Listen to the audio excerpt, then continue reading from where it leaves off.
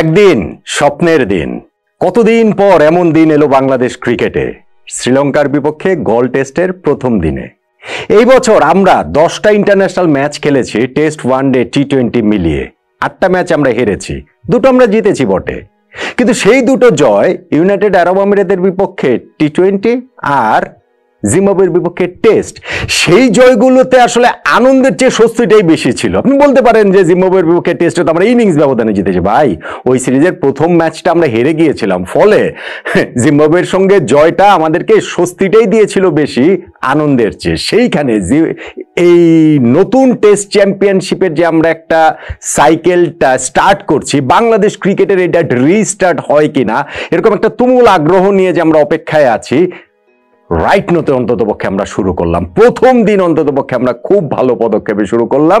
শ্রীলঙ্কার বিপক্ষে এই টেস্টের ফার্স্ট ডে শেষে বাংলাদেশের স্কোরটা দেখলে আপনি তা বুঝতে পারবেন।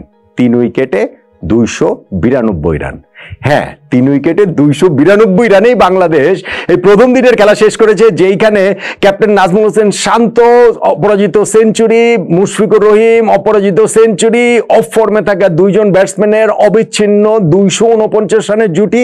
কি হয়নি আজকের এই দিনে বাংলাদেশের? যখন আপনি মোমেন্ট অফ দ্য ডে বেছে নিতে বলা হবে, তখন কি ওই আশঙ্কার জায়গাটা ওই টুকি মারবে যে বাংলাদেশ যেরকম ডোমিনেটিং অবস্থায় থেকে ফার্স্ট ডেটা আমরা শেষ করলাম, এই জায়গাটাতে রিসিভিং এন্ডও আমরা থাকতে পারতাম, এরকম কোণঠাসা অবস্থায় আমরাও থাকতে পারতাম যদি একটুখানি এদিক ওদিক হয়ে যেত। সেইটাই কি আসলে মোমেন্ট অফ দ্য ডে নাকি? দেখুন, আমাদের জন্য বাংলাদেশ ক্রিকেটের সাম্প্রতিক সময়টা খারাপ যাচ্ছে, ভীষণ রকম খারাপ যাচ্ছে। ফলে এই শ্রীলঙ্কা সফরটা বাংলাদেশ ক্রিকেটের জন্য গুরুত্বপূর্ণ। টেস্ট চ্যাম্পিয়নশিপের নতুন একটা সাইকেল শুরু হচ্ছে, নতুন একটা সাইকেল স্টার্ট হচ্ছে, বাংলাদেশ ক্রিকেটের রিস্টার্টের জন্য গুরুত্বপূর্ণ। সেইখানটাতে যখন আমরা শ্রীলঙ্কার বিপক্ষে টেস্ট ম্যাচ খেলাটা শুরু করলাম একটা ভীষণ বড় দুঃসংবাদ নিয়ে। মেহেদী হাসান মিরাজ একাদশে নেই। শ্রীলঙ্কাতে যাওয়ার পর থেকে তিনি জ্বরে পড়েছেন এবং সেখান থেকে যথেষ্ট রিকভার করতে পারেননি। একাদশে তাকে রাখা যায়নি, যিনি টেস্টে বাংলাদেশের সেরা ক্রিকেটার নিঃসন্দেহে তিনি, এবং আমার কাছে মনে হয় সাম্প্রতিক সময় সাকিব আল হাসানকে রিপ্লেস করে ফেলেছেন তার পারফরমেন্স দিয়ে। লাস্ট টেস্ট চ্যাম্পিয়নশিপ সাইকেলে মিরাজের বাংলাদেশের হাইয়েস্ট রান 7 নম্বর 8 নম্বরে ব্যাটিং করেই সর্বোচ্চ উইকেট শিকারী থেকেও মাত্র একটা উইকেট তিনি দূরে ছিলেন।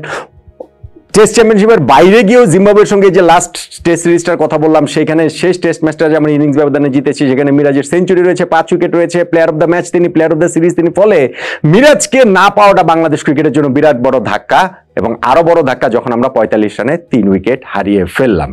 ভাবা যায় সেইখান থেকে সারাদিন আমরা আর কোনো উইকেট হারাইনি। ভাবা যায় 17 নম্বর ওভার আমরা উইকেট হারিয়েছি, 90 নম্বর ওভার পর্যন্ত আমাদের অবিচ্ছিন্ন যে বাকি দুইজনের জুটি নাজমুল হোসেন শান্ত ও মুশফিকুর রহিমের, এবং সেই দুইজনই ভীষণ রকম অফ ফর্মে থাকা দুইজন। ক্যাপ্টেন শান্ত তিনি সর্বশেষ 20টা টেস্ট ইনিংসে তার মাত্র 2টা 50+ স্কোর ছিল, এইখানে তিনি অপরাজিত 134 রানের ইনিংস খেলেন। মুশফিকুর রহিমের সর্বশেষ 13টা টেস্ট ইনিংসে কোনো 50ই ছিল না, এইখানে তিনি অপরাজিত 105 রানের ইনিংস খেলেন। 4th উইকেট পার্টনারশিপে বাংলাদেশের ক্রিকেট ইতিহাসে এইটা 3 নাম্বার 200+ পার্টনারশিপ। আগের 2 পার্টনারশিপের মতো এই পার্টনারশিপেরও একটা অংশ মুশফিকুর রহিম। আগের 2 পার্টনারশিপে তার সঙ্গে ছিলেন মমিনুল হক, এইখানটাতে নাজমুল হোসেন শান্ত। হাইয়েস্ট যে 266, সেখান থেকে তারা মাত্র 17 রান দূরে রয়েছেন, অবিচ্ছিন্ন 249 রানে এই পার্টনারশিপটা রয়েছে। ফলে আমাদের জন্য এইখানটাতে যা যা হওয়া সম্ভব সবই হয়েছে, ভালো সবকিছু ইডেন্টেড হয়েছে। ওই যে আমরা শুরুতে আমরা বলছিলাম 45 রানে 3 উইকেট হারিয়ে ফেলেছি, আমাদের ওপেনার এনামুল হক বিজয় তিনি আউট হয়ে গেছেন 0 রানে উইকেটের পেছনে ক্যাচ দিয়ে।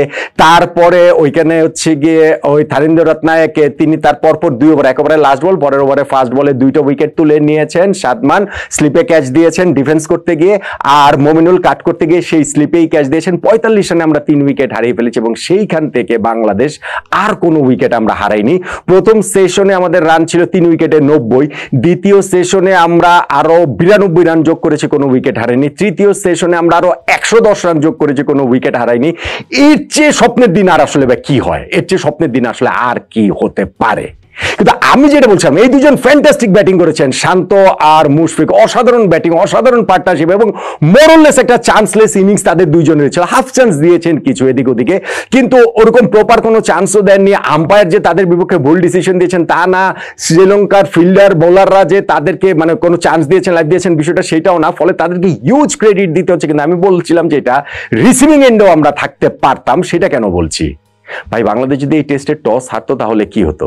শ্রীলঙ্কা 5 জন বোলার ইউজ করেছে, সঙ্গে যদি আপনি ওই যে থারেন্দ্রর কথা যদি বিবেচনা করেন রাত্নায়কে, তিনি ডান হাত বাম হাত দুই হাতেই বোলিং করতে পারেন, দুই হাতেই বোলিং করেছেন, 6টা বোলিং অপশনস। আর বাংলাদেশের আজকে একাদশ আমরা সাজিয়েছি মাত্র 4 জন বোলার নিয়ে। মিরাজ না থাকাটা আমাদের জন্য বিরাট বড় সেটব্যাক। আমাদের কোনো একটা জায়গায় স্যাক্রিফাইস করতে হতো, হয় ব্যাটসম্যান অথবা বোলার, কারণ ট্রু অলরাউন্ডার আর কেউ নেই।